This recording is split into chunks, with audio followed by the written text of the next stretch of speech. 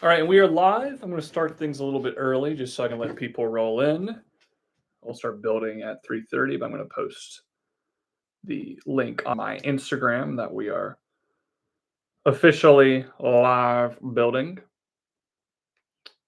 There we go.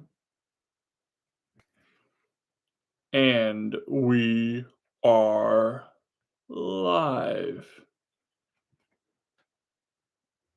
All right, and then I just need, well, actually, I think I already copied the link. Maybe I didn't. Where can I get, there it is. Hold on 1 second, y'all. No, the ad was playing. We got one person viewing. All right.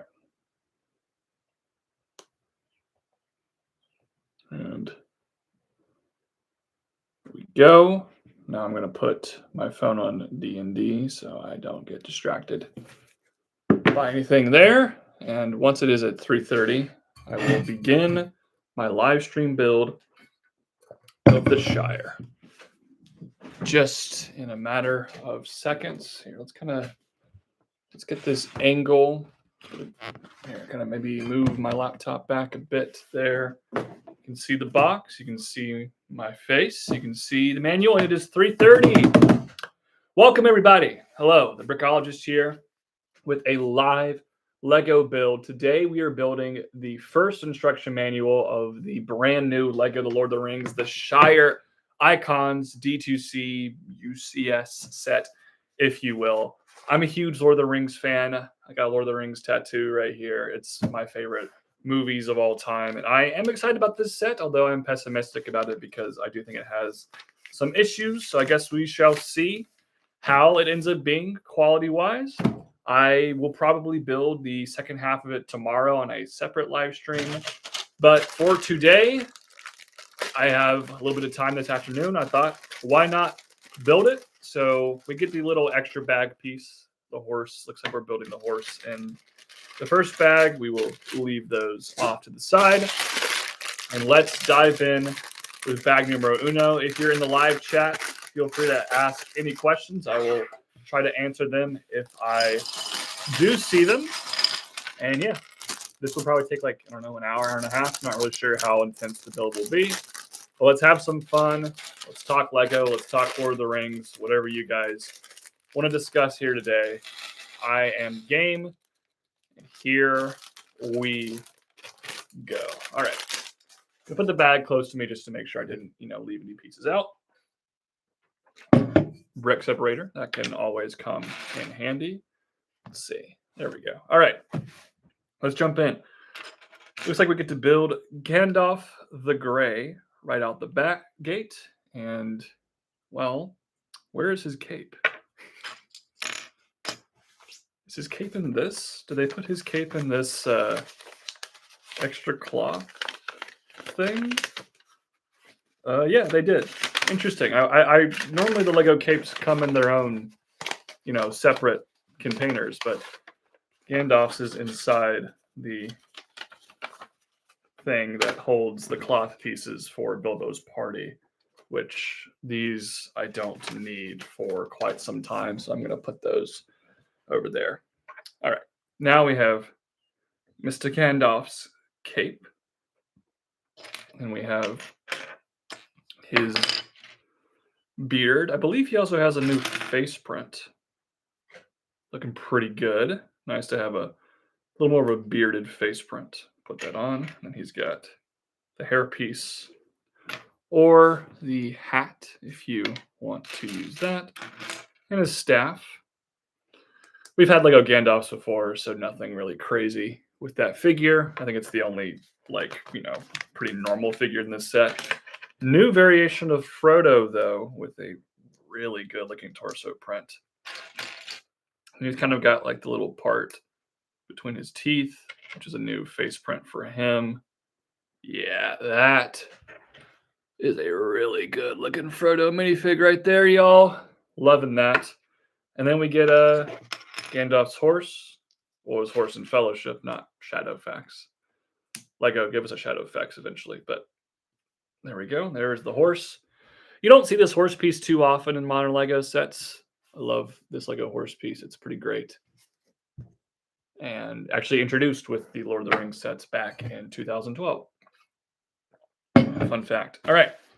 We're building the carriage first, which is, I think, a good way to start because that's one of the first things you see in the movie once you arrive in the Shire. So let's get cracking. It's kind of like building Gandalf Arrives, but a remade version of Gandalf Arrives, the 2012 Lord of the Rings set, which I reviewed on YouTube back in 2012, and I did a re-review, I believe, in the winter of 2024, last year.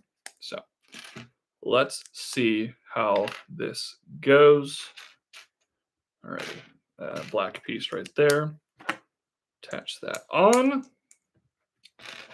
And we got a couple of the L joints, that part, some jumpers.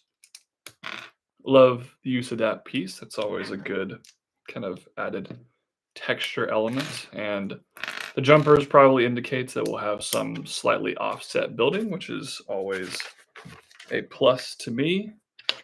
Got the cart. Yep. So you kind of put that in the middle there. You got more of these pieces. And then we've got a 5 long plate, which is fun. Put that. Ooh, I'm actually going to. Sometimes I like to angle the mold mark like in, so it's not as visible from a certain side. That looks pretty good. And then we've got little texture set up here with some of the. I don't know how you describe this piece. It's like the half, it's like a semicircle dome element. How would you describe that part? That's a funny part. So you got one, which is 3 wide, and then it looks like one that is 4 wide. Definitely an improvement over the 2012 build. The 2012 build was pretty good for its time, but the added elements Lego has now are giving this a lot more interesting texture than we had before. This is a good piece to use as well. I like the use of that to give it the shape. It's a pretty simple technique, really not anything to like go crazy about, but it's pretty effective overall, I think, using that hinge to give it that look. And then I'm guessing all right, so we're building like using the candle piece plus this little arm piece. I don't think any of these parts right here existed. Well, the brachii did, but the candle and the little added hinge part were not around when the first Gandalf Arrives came out. And Lego is making a really effective use of newer pieces here to give this cart some much needed texture, which is very cool. And then we have a little small one on the end as well. Kind of those wood post sort of designs. Just making sure I angle everything in here effectively. Don't want it to have any awkward gaps. Trying to line it up. There we go. That looks pretty cool. Loving the look of that just so far. Then we've got the wheels, pretty basic design for these little wheels down here. Yeah, it's a really nice looking cart. I think they've done a very solid job with this. And then, oh yeah, we get the these are like extra legs essentially for Frodo and for Gandalf because they don't make sitting down short leg pieces that can bend, so they have to kind of improvise and create their own custom way to do so, which is kind of funny. So you get this like sitting down pose for Gandalf's cloak, and then these sitting down little legs for Mr. Frodo. And then we have some of the little fireworks that will go into the back. It looks like you get 4 different fireworks, not a half bad amount there. Put that one in.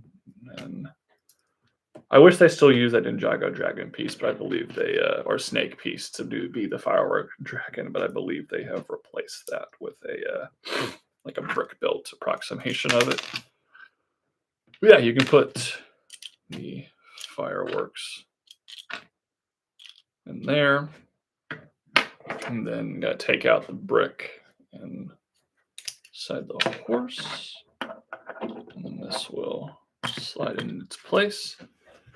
There's the cart, y'all. Looking pretty good.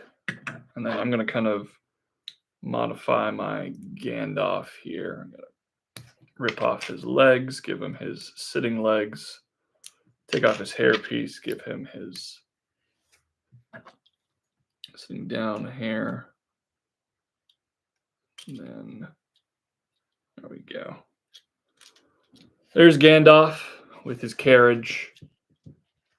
I mean, that looks pretty great. It's a good start to this build. It's a good place to begin this set.